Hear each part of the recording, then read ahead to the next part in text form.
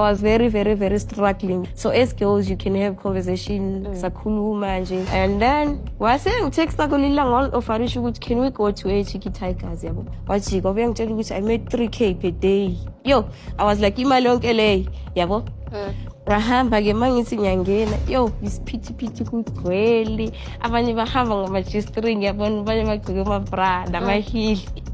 Exchange indoda like maphume ngene yabo most labantu laba badayisa nga-R100 from R100 i-round and then bangabufuna i-style maybe dog style 250 yabona. Oh man, Imali uyi-add according to maybe uma ngabe wenza i-raw or like and level share i-room eli-1 namantombazana maybe ayi-3 la exchangeani omunye makathola omunye umuntu ngizomela phandle i-room eli-1 cabanga. Hello everyone, welcome back to the channel. Today we are discussing a video that has been trending online and causing strong reactions across social media. The clip shows a woman who claims to be an undocumented immigrant from Zimbabwe. She says she works at a place called Chicky Tigers as a sex worker, and she alleges that Zimbabwean women are the majority of prostitutes in some brothels. This statement has sparked serious debate, anger, and confusion. While the topic of illegal immigration and sex work is real and important, it is also sensitive and often misunderstood. In this video, we will look at what was said, what the law says, and why it is important to separate personal experience from facts. In the interview, the woman explains that she crossed the border illegally in search of work. She says she struggled to find employment and later became involved in sex work to survive. She then claims that many women from Zimbabwe are also working in brothels and that they form the majority. However, the video does not provide any official statistics, police reports, or independent research to support this statement. It is based only on her personal experience and opinion. Personal stories are powerful and deserve to be heard, but they cannot be used to describe or judge millions of people from one country. Sex work exists in many countries across Southern Africa and the world. People enter it for different reasons, including poverty, unemployment, lack of education, family responsibilities, human trafficking, or being misled by false job offers. Human rights organizations have repeatedly said that sex workers come from many backgrounds, races, and nationalities. There is no reliable public evidence showing that one nationality dominates the industry. Local citizens and foreigners are both involved.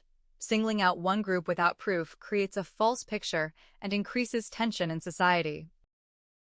When a whole group of people is blamed for a social problem, it can lead to serious consequences, such as xenophobia, discrimination, violence against migrants, harassment by police or employers, community conflict. Zimbabwean women, like women everywhere, are teachers, nurses, students, business owners, mothers, and professionals. Reducing them to one negative label is unfair and harmful. History has shown that such narratives often lead to innocent people being attacked or mistreated simply because of where they come from. South African law states that entering or staying in the country without valid documents is illegal. Authorities regularly carry out operations to arrest undocumented migrants. However, human rights lawyers stress that everyone, including undocumented migrants, still has basic rights. These include protection from abuse, exploitation, and human trafficking. Many undocumented migrants are afraid to report crimes because they fear deportation. This fear makes them more vulnerable to being exploited in dangerous jobs, including illegal industries.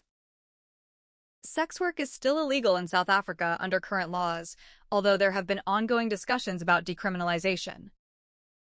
Because it is illegal, the industry often operates in secret. This exposes workers to violence, health risks, and control by criminal networks. Experts argue that criminalizing sex work does not stop it. Instead, it pushes it underground and makes it harder for authorities to protect vulnerable people. Immigration experts explain that undocumented migration is mainly driven by economic hardship, political instability, and lack of opportunities. Zimbabwe has faced serious economic challenges for many years, which has forced many people to seek work in neighboring countries. Most of these migrants work in farming, construction, domestic work, or informal trading. Human rights groups warn that focusing only on prostitution distracts from deeper issues such as lack of legal work permits, weak border management, human trafficking networks, labor exploitation, poverty, and inequality. Some migrants are parents trying to support families back home. Some are victims of trafficking. Some are young people who were promised decent jobs but ended up being exploited. Turning these painful stories into tools for blaming entire communities does not solve the problem. It only creates more division. The interview from Chicky Tigers may reflect one individual's experience, but it does not represent millions of Zimbabwean women. Serious social issues like illegal immigration and sex work require facts, compassion, and long-term solutions, not stereotypes or unverified claims. As viewers and content creators, we have a responsibility to question what we watch, check information, and avoid spreading messages that harm innocent people. If you found this video informative or thought-provoking, don't forget to like, share, and comment below. Your opinion matters, and respectful discussion helps build better understanding in our communities. Thank you for watching, and I'll see you in the next video.